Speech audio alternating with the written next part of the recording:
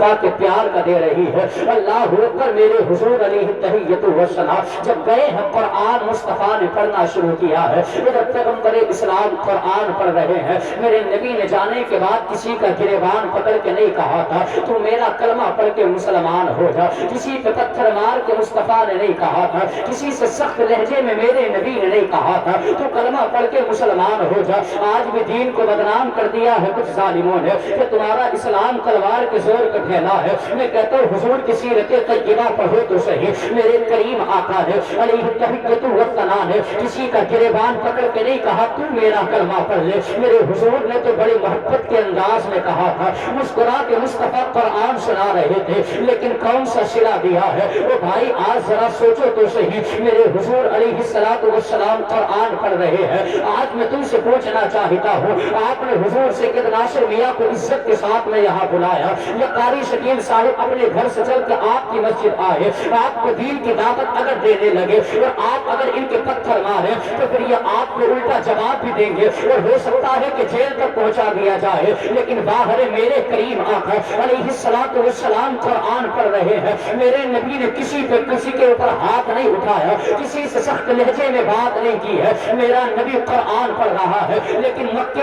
وہاں کے نوجوانوں نے میرے حضور کو کون سا صلہ دیا؟ ادھر بھی نوجوان کھڑے ہیں، ہاتھوں میں پتھر اٹھانے کے بعد میرے نبی پہ مارنا شروع کیے ہیں۔ اللہ اکبر، ادھر کے نوجوانوں نے مصطفیٰ کے پتھر مارنا شروع کیے ہیں۔ کوئی پتھر میرے نبی کی پیشانی پہ لگ رہا ہے، کوئی پتھر میرے حضور کے سینے مبارک پہ لگ رہا ہے، وہ سینہ جس کو قرآن علم نشرہ لک صدرک کہہ کر کے پکارے۔ کوئی پتھر میرے حضور کے رخ غضحا پہ لگ رہا ہے، کوئی پتھر میرے نبی کے بازو پہ لگ رہا ہے۔ اللہ اکبر، ان ظالموں نے پتھر مارنا شروع کیے ہیں۔ یہ قرآن والوں کی تاریخ کیا ہے؟ کبھی تم نے بھی قرآن کے لیے پتھر کھائے ہو تو بتاؤ، کبھی تم نے بھی قرآن کے لیے نیندوں کو چھوڑا ہو تو بتاؤ، کبھی تم نے بھی قرآن کی خاطر اپنی خواہشوں کا دم گھوٹا ہو تو بتاؤ۔ اور میری قوم کے پیارو، ہم تو قرآن کو اتنا زیادہ بھول کے بیٹھ جاتے ہیں کہ شادیوں کے موقع پہ ناچنے والی ہم بلا کے بیٹھ جاتے ہیں۔ ہم تو چھوٹے سے موقع پہ قرآن کو بھول کے بیٹھ جاتے ہیں۔ اور دیکھو میرے نبی پہ پتھر مارے، آقا کے پیر شریف قدمین شریفین کا ان ظالموں نے نشانہ بنایا اور میرے حضور کے قدمین شریفین پہ پتھر مارنا شروع کیے۔ اتنے پتھر مارے، اتنے پتھر مصطفیٰ کے قدموں پہ مارے گئے، آقا کے قدم مبارک لہولہان ہو جاتے ہیں، سرکار کے پیر مبارک پھٹ جاتے ہیں۔ آپ ذرا دیکھو تو صحیح، اگر کوئی دھاردار چیز ماری جائے تب تو آدمی کا جلدی سے بدن پھٹ جاتا ہے، لیکن دھاردار چیز نہ ہو، اگر کوئی موٹا پتھر مارا جائے تو بڑی تکلیف دینے کے بعد میں جب کہیں جا کے جسم سے خون باہر آتا ہے۔ اب ذرا اندازہ تو لگا ہو میرے نبی کے قدموں پہ کتنے پتھر ان ظالموں نے مارے ہوں گے کہ آقا کے قدمین شریفین پھٹے ہیں، سرکار کے قدموں سے خون نکلنا شروع ہوا ہے۔ میرے نبی کو اتنی تکلیف ہوتی ہے، بڑے ذرا تاریخ اٹھا کے، بڑے ذرا سیرت مصطفیٰ اٹھا کے آپ کو حضور کی سیرت بتائے گی۔ میرے نبی کے پتھر اتنے مارے گئے، سرکار جب پتھر لگ رہے تھے آقا کو کبھی کبھی بتقاضۂ بشریت اتنی زیادہ تکلیف ہو جاتی کہ میرے نبی کو جب اس پیر میں زیادہ تکلیف ہوتی تو آقا ایک پیر کو کھڑا کرتے اور ایک پیر کو اٹھاتے، ایک پیر سے کھڑے ہو کے قرآن کی تلاوت کرتے نظر آتے تھے۔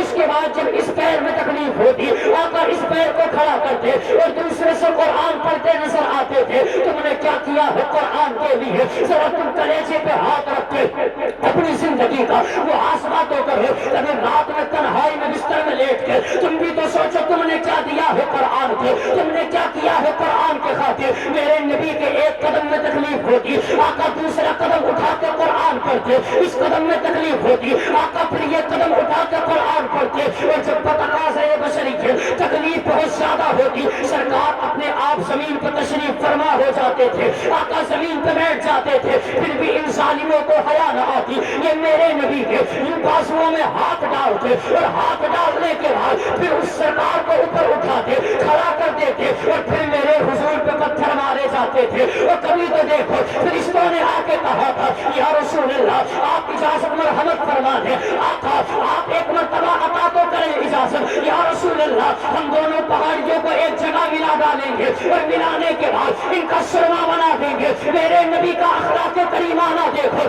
مصطفیٰ مسکرا ہے، فرمایا فرشتوں واپس چلے جاؤ۔ یا رسول اللہ کس لیے؟ یہ